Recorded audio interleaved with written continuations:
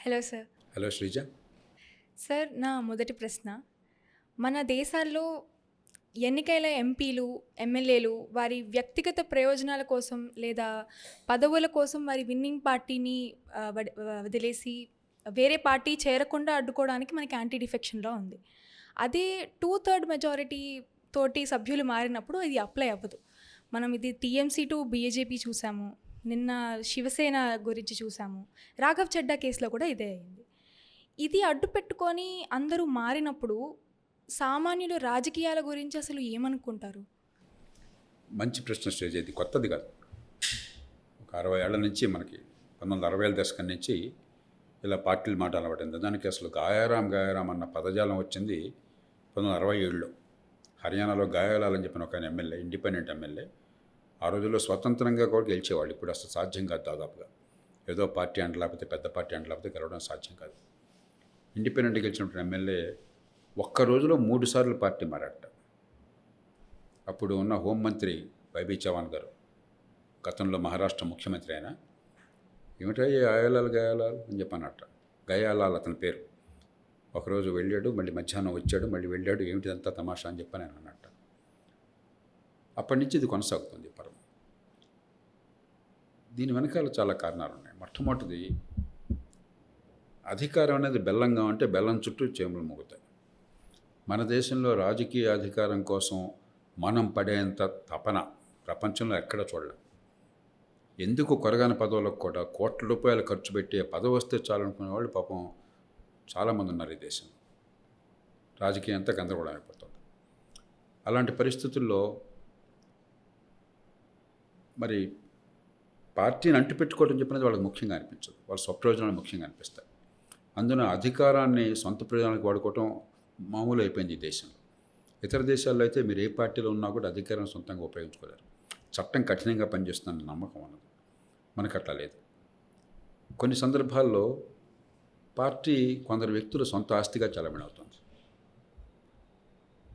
మీరు చెప్పారు ఇప్పుడు ఉదాహరణకి 3/200 మంది సభ్యులు కనుక వ్యతిరేకిస్తే, 3/200 మంది వ్యతిరేకించే పరిస్థితి వచ్చినా కూడా పార్టీ నాయకత్వం ఎందుకని మౌనం కోరుకున్నది? మేము చెప్పిన మాట చెల్లుతుందని చెప్పిన అంతేగాని సభ్యుల అభిప్రాయంతో సంబంధం లేదు.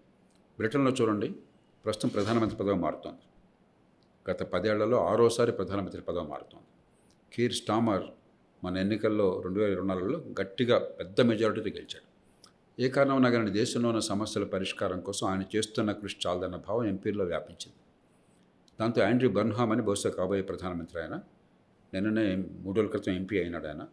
అక్కడ ఒక బర్మింగ్హామ్లో జరిగే పార్లమెంట్ ఎన్నికల్లో అందరికీ ఆయన ఆమోదయోగ్యుడు కనిపిస్తున్నాడు. బహుశా ఆయన ప్రధానమంత్రి అవుతాడు.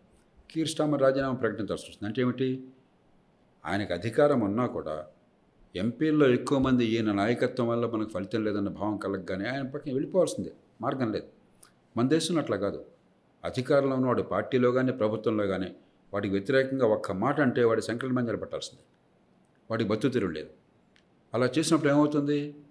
బలవంతంగా అత్యధికులు చేరి పార్టీ మారి గద్దెదించడం తప్ప 3/200 మంది వేరే మార్గం లేకుండా పోతుంది. కాబట్టి రకరకాల కారణాలు ఉన్నాయి.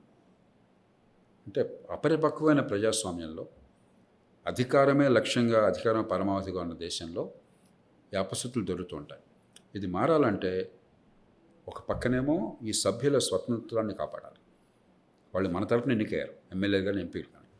ఎన్నికైన తర్వాత స్వేచ్ఛగా మాట్లాడే అవకాశం లేకపోతే, మనసు చెప్పినట్టుగా ప్రజా సంక్షేమం కోసం ఓటు వేసే అధికారం లేకపోతే, పార్టీ నాయకత్వం ప్రతిక్షణం శాసిస్తుంటే ఇంక వాళ్ళు అక్కడికి సభలో కూర్చున్న ప్రయోజనం ఏమిటి?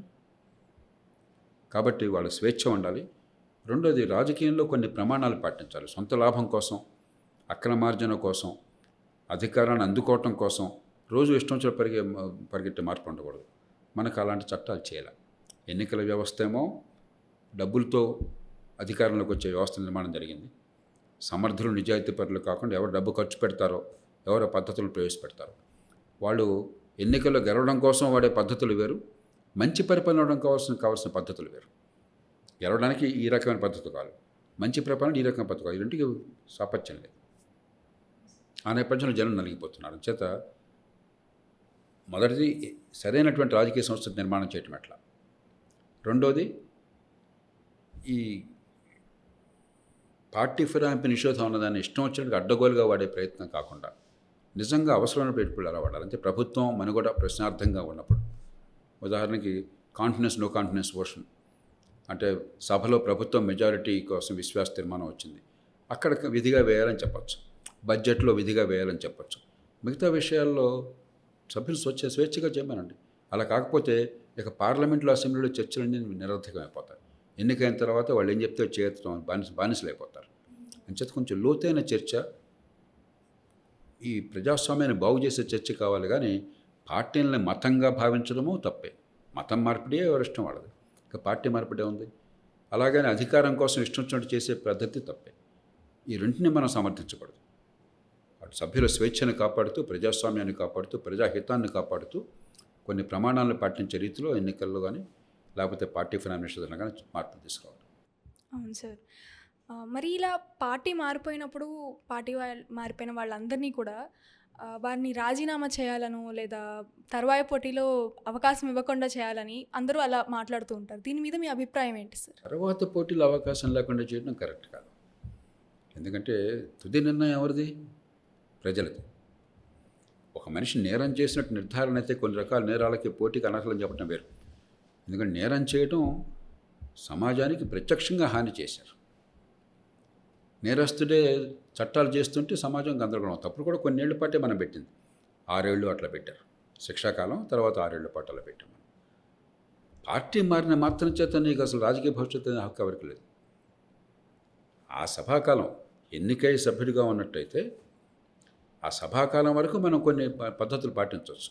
అది కూడా మార్పులు చేర్పులు చేయాలి. ఇందాక చెప్పాను, అడ్డగోలుగా ప్రతిదానికి పార్టీ నాయకుడు చెప్పిన దానికి గంగిరెద్దులాగా తలవపటం కాకుండా ప్రభుత్వ మనుగడ లేకపోతే బడ్జెట్, ఈ 2 విషయాల్లో ఈ దిగువ సభకు మాత్రం పరిమితం కావాలి. అలా చేస్తే ఓకే, కానీ అన్ని చోట్ల చేయడం సరైనది కాదు. అలా అయినా కూడా మళ్ళీ ఎన్నికల్లో ప్రజలు నిర్ణయిస్తారు, ఈ మనిషి మాకు ప్రతినిధిగా సరిపోతాడా సరిపోతుందా లేదని చెప్పాను. అంతేగాని మీరు చట్టం ద్వారా బహిష్కరించడం సరైన పద్ధతి కాదు. అంచేత సరైన ప్రమాణాలు పాటించాలి. ఆ నిర్ణయం ఎవరు చేయాలి? ప్రస్తుతం స్పీకర్ చేతిలో పెట్టాం. మనం వాస్తవం ఏం జరుగుతుంది? స్పీకర్లు అధికార పార్టీకి అనుకూలంగా వ్యవహరిస్తున్నారు. నిజం అందరికీ తెలుసు. ఉదాహరణకి తెలంగాణ రాష్ట్రంలో ఒక ఆయన ఎమ్మెల్యేగా ఎన్నికయ్యి ఓ పార్టీ తరపున, ఆ తర్వాత అధికార పార్టీ వేరే పార్టీ తరపున లోక్సభకి ఎన్నికల్లో పోటీ చేశారు ఎమ్మెల్యేగా ఉంటూనే. చట్టం స్పష్టంగా చెప్తుంది, మనకి ఇంగిత జ్ఞానం చెప్తోంది, ఏ పార్టీ తరపున పోటీ చేస్తే ఆ పార్టీ సభ్యుల కింద లెక్క కదా. మరి పార్టీ ఏతో మీరు ఎన్నికయ్యి పార్టీ బికి తరపున మీరు పోటీ చేస్తే ఎన్నికల్లో పార్టీ ఏ నుంచి బయటకు వచ్చినట్టే కదా. రాజ్యాంగం అసలు ఆ మాట చాలా ప్రస్ఫుటంగా చెప్తాం, మీరు ఒక పార్టీ తరపున ఎన్నికైనట్టయితే ఆ పార్టీ సభ్యుల కింద లెక్క అని చెప్పని. అయినా కూడా దాన్ని స్పీకర్ గారు పట్టించుకోలేదు కొన్నేళ్ల పాటు. సుప్రీంకోర్టు గట్టిగా పట్టించుకోమని చెప్పి ఆదేశిస్తే ఇప్పుడు అదే డిఫెక్షన్ కాదని చెప్పి అనేశారు. మళ్ళీ అది కోర్టుకు వెళ్తుంది. అంచేత స్పీకర్ స్థానంలో నిర్ణయం చేయడం ఉపయోగం లేదు. ఎన్నికల సంఘానికి ఆ బాధ్యత పెట్టండి. ఇప్పటికే ఎమ్మెల్యేలు కానీ ఎంపీలు కానీ ఇతర రంగాల్లో అనర్హతకు గురైతే, ఉదాహరణకి ఏదో చట్టం కింద శిక్ష పడింది, లేకపోయినట్టయితే వాళ్ళు దివాలా తీసినారు, ఇన్సాల్వెన్సీ వచ్చింది, అలా కొన్ని కారణాలుగా పౌరసత్వం రద్దయింది, ఏ కారణం అన్నా కానివ్వండి, అప్పుడు వాళ్ళు సభ్యులుగా ఉండడానికి అర్హులు కాదు. ఆ అనర్హత ఎవరు నిర్ణయిస్తారు? రాష్ట్రపతి కానీ లేకపోతే స్పీకర్ కానీ ఆ అంశాన్ని ఎన్నికల సంఘానికి నివేదిస్తారు. ఎన్నికల సంఘం ఒక విచారణ జరిపి ఒక సలహాను ఇస్తుంది. ఎన్నికల సంఘం ఇచ్చిన సలహా శిరోధార్యం, రాష్ట్రపతి సొంతంగా ఆలోచించే అవకాశం లేదు. ఎన్నికల సంఘం ఏ పని చేస్తే ఆ పని చేయాలి, ఏం చెప్తే అది చేయాలి. దీన్ని కూడా ఏర్పాటు చేసాం అనుకోండి, పరిమితంగా కేవలం ప్రభుత్వ మనుగడ బడ్జెట్ లాంటివి మాత్రం పరిమితం చేసి ఆ నిర్ణయాధికారం ఎన్నికల సంఘానికి చేసినట్టయితే కనీసం ఉన్నంతలో ఈ చట్టం ఉపయోగపడుతుంది. లేకపోతే ఏం ఉపయోగం లేదు. మన మీద 5 ఏళ్ళు పడుతుంది ప్రక్రియ, స్పీకర్లు అలా కూర్చుంటున్నారు దాని మీద, తర్వాత చివరికి డిస్క్వాలిఫై చేసిన ఈ లోపల టర్మ్ అయిపోతుంది, పూర్తయిపోతుంది. ఇది హాస్యాస్పదం అయిపోతుంది. నిజంగా చిత్తశుద్ధితో ఇది అమలు కావాలంటే నేను చెప్పిన మార్పులు తీసుకొస్తే అమలు అవుతుంది, ఆ మేరకు అమలు అవుతుంది. అవును సార్. మరి ఇలా సభ్యులందరూ పార్టీ మారిపోయిన దానివల్ల ప్రస్తుతం మనం ఇందాక మాట్లాడుకున్నాం TMC to BJP, Shiv Sena, Raghav Chadha case గురించి. ఇలా మారిపోయినప్పుడు బీజేపీకి మనకి మెజారిటీ పెరుగుతున్నట్టు మనకి కనిపిస్తుంది. మనకి డీలిమిటేషన్ 2/3 మెజారిటీ లేని దానివల్లే పాస్ అవ్వలేదు. మరి ఇలా బీజేపీకి మెజారిటీ పెరగడం వల్ల పాస్ అయ్యే ఛాన్సెస్ ఏమన్నా ఉండొచ్చా? ఇది పద్ధతి కాదు. ఎందుకంటే నా దృష్టిలో ఇవాళ ఉన్న పరిస్థితుల్లో దక్షిణాది రాష్ట్రాలకు మేలు జరగాలంటే ప్రభుత్వం ఇచ్చిన ప్రతిపాదన మంచిది. అది మనం వేరే చర్చించుకోవచ్చు. ఎందుకంటే జనాభా శాతం తగ్గినా కూడా సీట్ల శాతం తగ్గకుండా ఇంతే శాతం కొనసాగించి ఏర్పాటు చేస్తున్నారు. ఉదాహరణకు ఉమ్మడి ఆంధ్రప్రదేశ్ 2 రాష్ట్రాలకు వెళ్తే 42 సీట్లు ఉన్నాయి. రేపు 63 తక్కువ కాకుండా 64 వస్తాయి అనుకుంటాను. 63 తక్కువ కాకుండా సీట్లు ఏర్పాటు చేస్తున్నారు 50% పెరిగినప్పుడు. తమిళనాడు 39 ఉన్నాయి, 59 తక్కువ కాకుండా ఏర్పాటు చేస్తున్నారు. కాబట్టి ఇప్పుడున్నటువంటి జనాభా కంటే ఎక్కువ వచ్చేట్టుగా ఏర్పాటు చేస్తున్నారు. ఈ రాష్ట్రాల్లో మరి వాళ్ళ వాళ్ళ మనోభావాలు దెబ్బతినకూడదు. కుటుంబ నియంత్రణ పాటించారు కాబట్టి, జనాభా అదుపు చేశారు కాబట్టి నష్టపోయిన భాగం కలగకూడదని చెప్పని అది మంచిది. రాజకీయ కారణాల వల్ల వ్యతిరేకిస్తున్నారు. ఏమాత్రం తమ రాష్ట్రాల ప్రయోజనాల గురించి ఆలోచించట్లేదు. అది వేరే విషయం.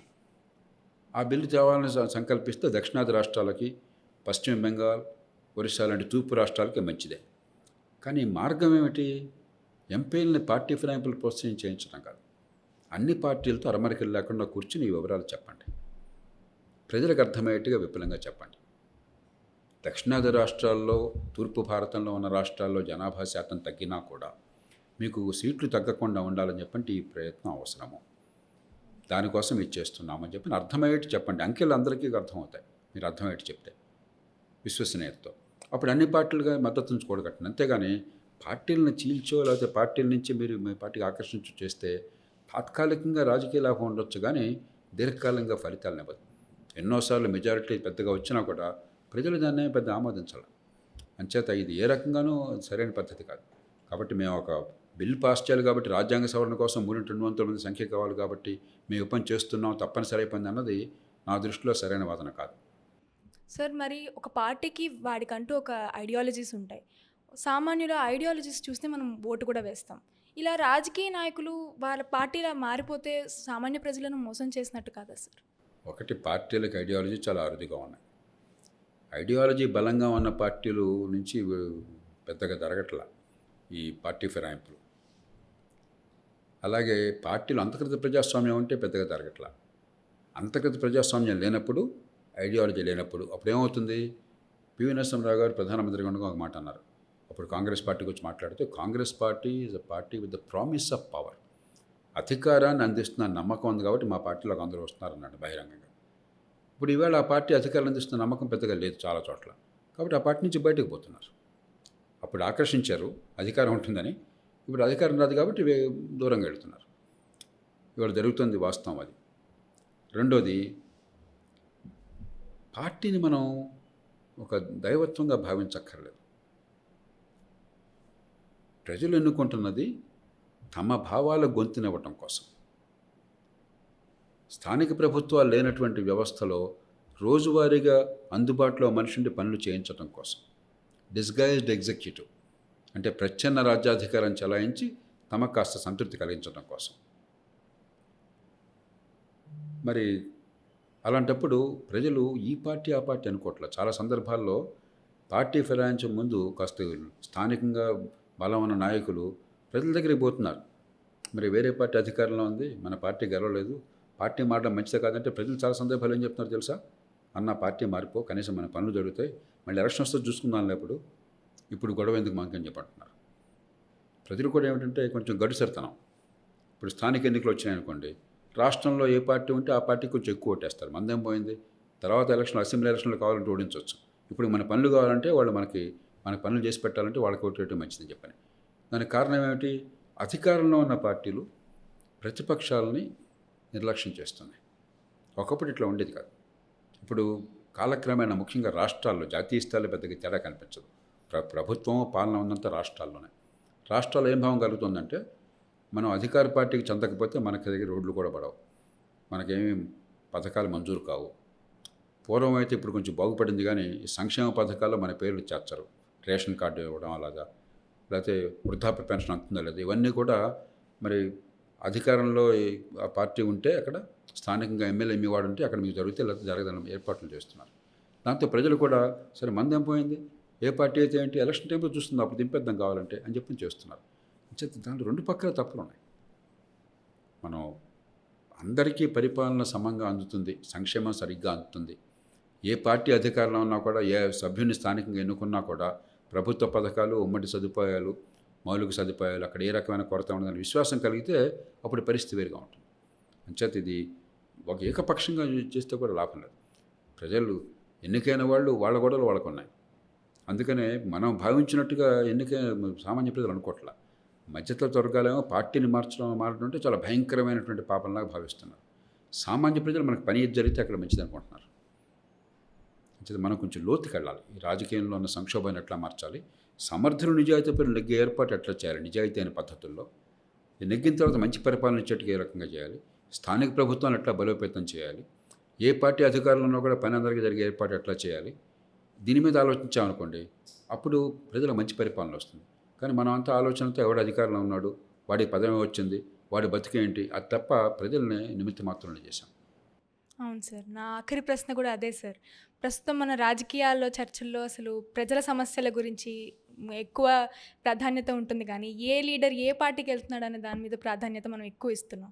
సో మరి ఇలా ఇలా లీడర్ సెంట్రిక్ పాలిటిక్స్ నుంచి ఇష్యూ బేస్డ్ పాలిటిక్స్కి భారతదేశం ఎలా మారగలుగుతుంది?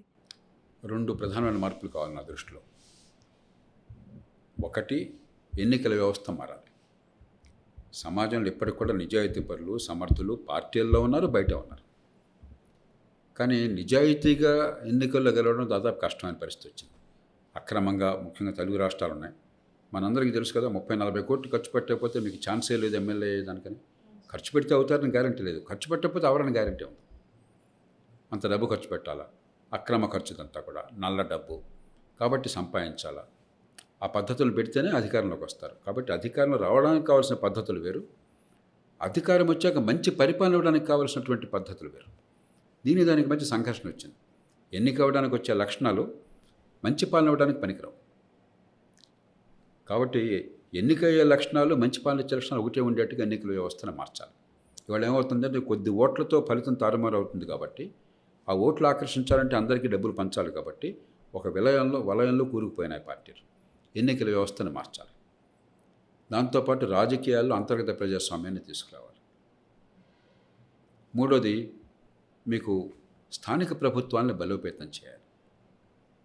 అప్పుడు ఎమ్మెల్యే పాత్ర ఏమవుతుంది, స్థానిక ప్రభుత్వాలని స్థానంలో ఆయన వచ్చి ప్రచ్ఛన్న రాజ్యాధికారము, కాంట్రాక్టులు, టెండర్లు, పోలీస్ కేసులు, ట్రాన్స్ఫర్లు, పోస్టింగ్లు కాకుండా మంచి విధానాలు, చట్టాలు, ప్రజల భావాలకు గొంతునివ్వటం అవుతుంది. ఇవాళ అదిగా జరుగుతోంది. ఇవాళ అక్కడ ప్రచ్ఛన్న రాజ్యాధికారం, ఆయన మగుటంలోని మహారాజు అక్కడ. అలా ఉన్నంతకాలం ఈ పదవులంటే ఆరాటము, అధికార పార్టీలో చేరాలని ఉబలాటం ఇవన్నీ ఉంటాయి. కాబట్టి మౌలికమైన సంస్కరణలు అక్కడ తీసుకురావాలి. దాంతోపాటు చట్టబద్ధ పాలన. ఎవరైనా సరే చట్టానికి లొంగిపోవాల్సి ఉంటుంది. చట్టం అందరికంటే ఉన్నతమైన, చట్టం ఖచ్చితంగా అమలవుతుందని విశ్వాసం అంటే ఇప్పుడులాగా చట్టం దుర్వినియోగం చేసుకోవడం కోసం అధికార పార్టీ చేరే పద్ధతి ఉండదు. అంచేత ఏదో ఊరికే ఈ పార్టీ ఆ పార్టీ మనకేదో ఇష్టం ఉన్న పార్టీని బట్టి మనం ఏదో తాత్కాలికమైన చర్చలు చేస్తున్నాం. అట్లా కాకుండా ప్రజాస్వామ్యం బాగుపడాలి, ప్రజా ప్రయోజనాలని మనం సార్థకం చేయాలి. ప్రజలు సార్వభౌములు. దీనిలో ఎన్నికైన వాళ్ళు కాదు హీరోలు. మనంతా కూడా పోటీ చేసేవాళ్ళు, ఎన్నికైన వాళ్ళు హీరోలుగా భావిస్తున్నాం. ప్రజలు హీరోలు. పన్ను కట్టేది ప్రజలు. ప్రజల ప్రయోజనాలు నెరవేరాలంటే ఏ రకంగా చేయాలని ఆలోచించాలి. ఈలోగా తాత్కాలికంగా చేయాల్సింది నా దృష్టిలో ఈ పార్టీ ఫిరాయింపు నిషేధాన్ని కేవలం 2కి అంటే ప్రభుత్వం మనుగడకు మాత్రమే పరిమితం చేసి విశ్వాస తీర్మానం, అవిశ్వాస తీర్మానం లేదా బడ్జెట్, ఆ నిర్ణయాధికారాన్ని ఎన్నికల సంఘానికి ఇస్తే కనీసం కొంతమేరకన్నా ఈ పార్టీ ఫిరాయింపు నిషేధం సరిగ్గా అమలవుతుంది. ప్రస్తుతం ఏం ఉపయోగం లేకుండా పోతుంది. అధికారంలో ఉన్న పార్టీకి వెళ్ళడాన్ని ప్రోత్సహిస్తోంది, అక్కడి నుంచి బయట రావడాన్ని నిరోధిస్తోంది. అదిగా దీని లక్ష్యం. అవును sir. Thank you sir. Thank you.